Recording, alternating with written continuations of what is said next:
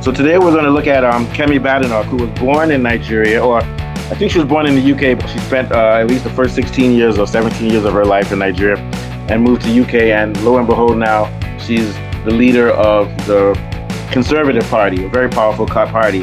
And it's ironic because she's a black woman with Nigerian ancestry who's against immigration, against Nigerians coming to the country.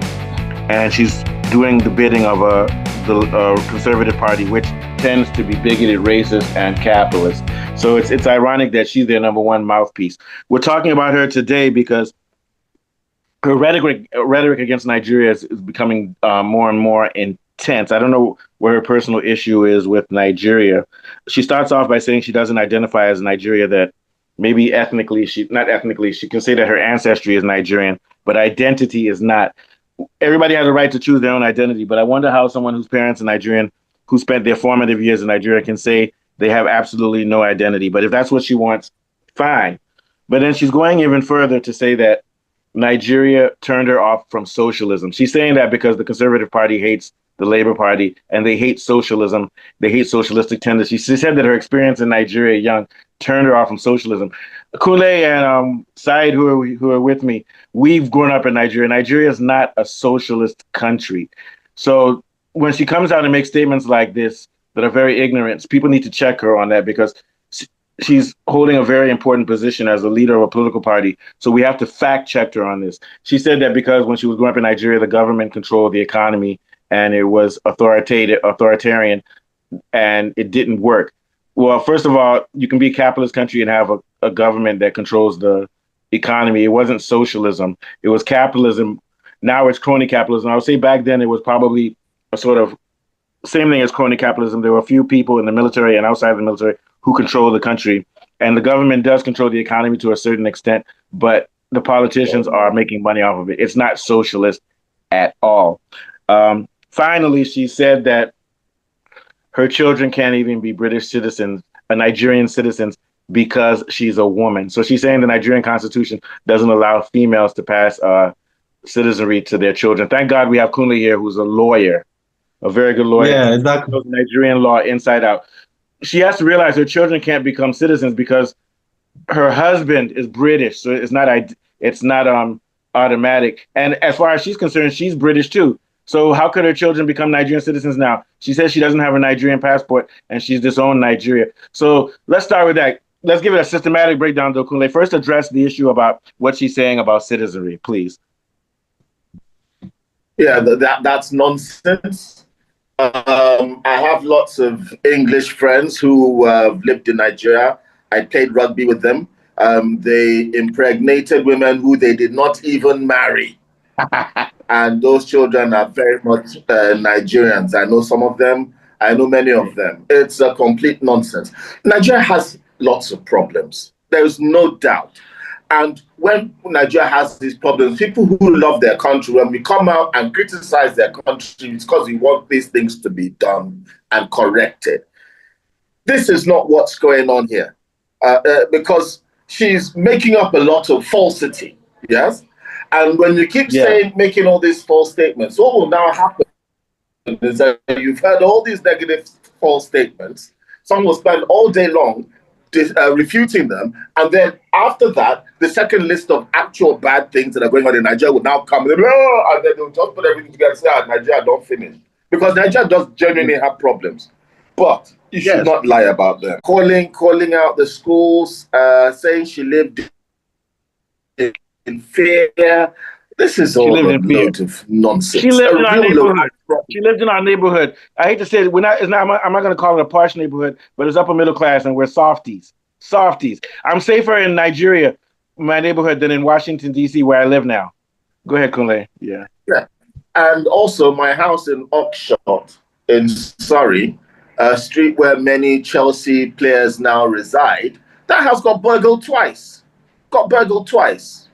My house in is it open now? Can I move in? Can I stay there for free? I want to move to England. Can I stay in your house for free, please? No, we sold the house since then. But nowhere is immune from danger. Nowhere is immune from poverty. Nowhere is immune from bad governance. Britain and America and the Western world are now suddenly finding out that they don't run democracies.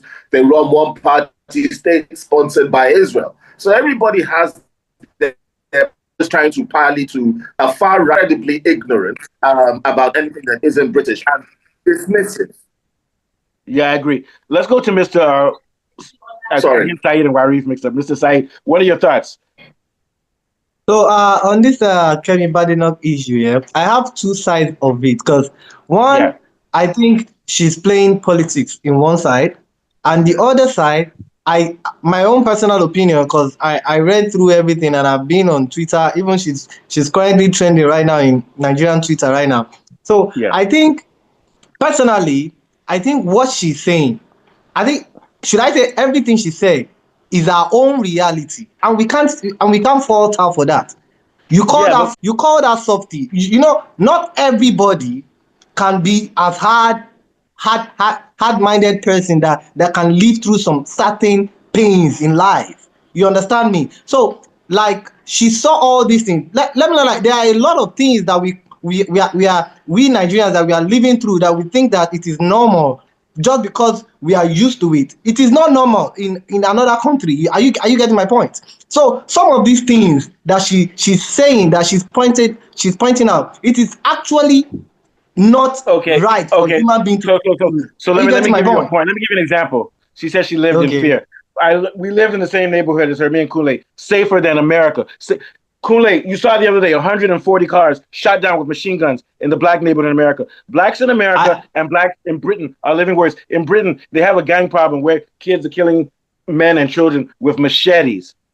That's the part I said she's playing politics in some part, but we can't actually fault her that. So I'm going to redirect back to you, but here's the question. I'm going to direct it to Kool-Aid and you. Is she being sincere? And did she grow up with that, or is she doing it to help her party, which is anti-black, anti-immigrant, anti-Nigeria? So my question is she really live in such fear, or is she using it just for political? Because if she's using it for political, she's lying, which is a little bit of both. To me, I would say it's a little bit of both. Kool-Aid is personal friends of her family. They came and visited her. Kool-Aid, is she exaggerating with this living in fear shit? Okay, she's just lying. Now, I don't know. I won't say she's being insincere, and she's doing it to appeal to her base. Yes, but she has always been like this before she even went to. From what I know of people that said that they knew her personally, I never knew her personally. She's pretentious. But from family friends that went to school that knew her personally, they always said that she had this behavior of having a chip on her shoulder. She's a brat. Okay. Yeah, I think the connection. I think Mr. Kool-Aid network is bad. It's bad, but here's what Kool-Aid was basically saying. Say, I know her type. Yeah, there's nothing wrong with bitter, nasty thing, Nigerian. I'm not a witness from family and friends that knew her, and that is not. And I think one of her siblings or her mom. I'm not sure. Let me not start throwing accusations around. But I do know that from what I gather, she's always been like this. So it's not purely about politics. Part of it is her personality ingrained. Yeah. And we're not going to go too long today, but I think also she's distancing herself from anything that has to do with her ethnicity. She's distancing herself. Mr. Mustafa, let me finish. Let me finish. Can I ask you guys one question, please? Sorry, let me finish. Yeah. She's distancing herself. She's going out of her way to distance herself from Nigeria. She says it's a horrible country. There are no freedoms there, anything. Meanwhile, in Britain, that's going beyond. Yeah. Meanwhile, in Britain, she's overlooking the fact that there's racism in Britain. The way blacks are treated there is terrible. The way people live in the East End with crime and everything. Also, Britain is withholding people's rights to speak out in favor of Palestine. They're withholding people's rights. They had racial protests last year where people rose up and they were blaming North Africans and Albanians and other groups of people for destroying the place. So it's a bigoted country. So my thing is that she's going out of her way to distance herself. She's married to a white guy, no problem, but it's very clear if you look at her psychological profile, she's ashamed to be black. I can tell. She's ashamed to be Nigerian and she's ashamed to be black, which is okay. There's no problem with it. But she's politicizing her dislike for blackness and her hate for Nigeria and her hate for foreigners. Because Britain's wealth was built off of Nigerians. then the corruption and stuff in Nigeria is built off of activities of Britain and of the U.S. And then after you destroy our countries, you tell us we can't come in as immigrants. If not for immigration, she wouldn't have been able to live in England. Of course. Okay, what are you going to say? Yeah, so like I said, I have two opinions in this matter. The first one is, I know for sure from what you're saying, from some of what Mr. Kunle said and what you said, of course she's playing politics. She's a politician. I'm not taking that away from her. But the second part is some of what she said. In fact, majority of what she said, because I read through the links that you said to me, and I did my own. And like I said, she's even trending. Most of what she said, we are living through it. We are, just because we are okay with it as a Nigerian doesn't mean that it's okay to live with as a human being. No problem. So we don't need to talk more about this because I agree with you. Here's the thing: Nigeria has problems, but she's not constructively addressing the problems. She's bringing them up to shit on the country. Somebody have to put out there. No, Saeed, you're wrong. Because her motivation is not to build up the country. It's to continue dissing it. She said Nigeria is a hopeless country. Biggest lie of all time. We are still producing the most intelligent people in the world coming from Nigeria and producing things. If you look at the way Nigeria... Allegedly. Because, Saeed, we're not devolving this show anymore. We know Nigeria has problems. She's not constructive. The topic of this show is to identify her lies, not to identify some one or two things she says which are general truth. She doesn't even live in Nigeria, so how can she know what's going on the ground? Your point is well taken. Your point is taken. I'm not going to get your point. She has family living in Nigeria, so she's still in contact with some Nigerians. We have a fixed amount of time. This show is not about dissing Nigeria. It's about pointing out the lies that she told. I'm not dissing Nigeria. I'm in Nigeria. I live in Nigeria. I'm presently living in Nigeria. I'm in Lagos right now. Everybody watching the show, Nigeria has corruption. It has poor infrastructure. It has less crime than England, less murder rate. It has less crime. It has, for black people living in Nigeria, there are more black people living in Nigeria who are upper middle class than there are in England. It's only the whites doing well. The blacks in England are doing worse than the Nigerians. And the Nigerians in England are doing better than any other group of black people, and in general, better than whites. So our show is that she's acting as if Nigeria has no social or cultural gifts or relevance, which is a lie. Kunle, what are your thoughts? Yes, she's being extremely disingenuous, and her criticism, we criticize Nigeria all the time. We complain about bad governance and so on and so forth. But we say so because we love our country and we want to criticize, to raise these things so that people see them, and then there's an effort to move to change, to improve the lives and the lucks of the Nigerian people because we love Nigeria. That is not what is at play with this woman. This woman hates her race.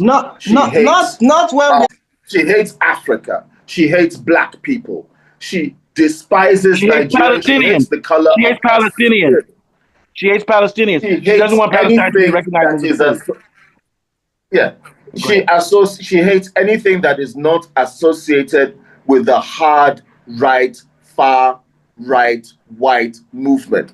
And that very movement is going to tell her one day exactly what she is. They told Richie Sunak, after Richie Sunak with all his Oyinbo and everything, they still call him a fucking Paki. He's not even a Pakistani. They just called him that. She will learn that she cannot bleach or change who and what she is. She is a black woman. And whatever Auntie Jemima tries to say to the world to change that, she's going to find that out eventually. And at some point when she grows up, matures, I hope she does. Not everybody will. But from her character and personality, I know the sort. And that sort of person, I wouldn't even bother engaging with someone like that because they have their plan of what they want to do. And what they want to do has nothing to do with anything that is the interest of Nigeria. That woman has no good interest in Nigeria. Everybody knows that in Nigeria, there are problems. People are unsafe. They're also unsafe in England. Please the line. She said that living in Nigeria turned her away from socialism. The reason she's saying that is because her party goes against socialism and goes against the Labour Party. So she used Nigeria as a lie. Nigeria is not a socialist country. When has it ever been a socialist country? That's the biggest lie she's told. What do you think, Kunle? Of course, she played politics then. Oh, yeah, Like I said, she's a politician. I agree with that. So you see, Nigeria has gone through a series of military governments.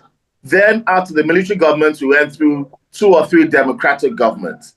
None of them are separated by socialism and conservative or liberal politics. None of them. That is not the distinguishment that is made. So that is a lie. Earlier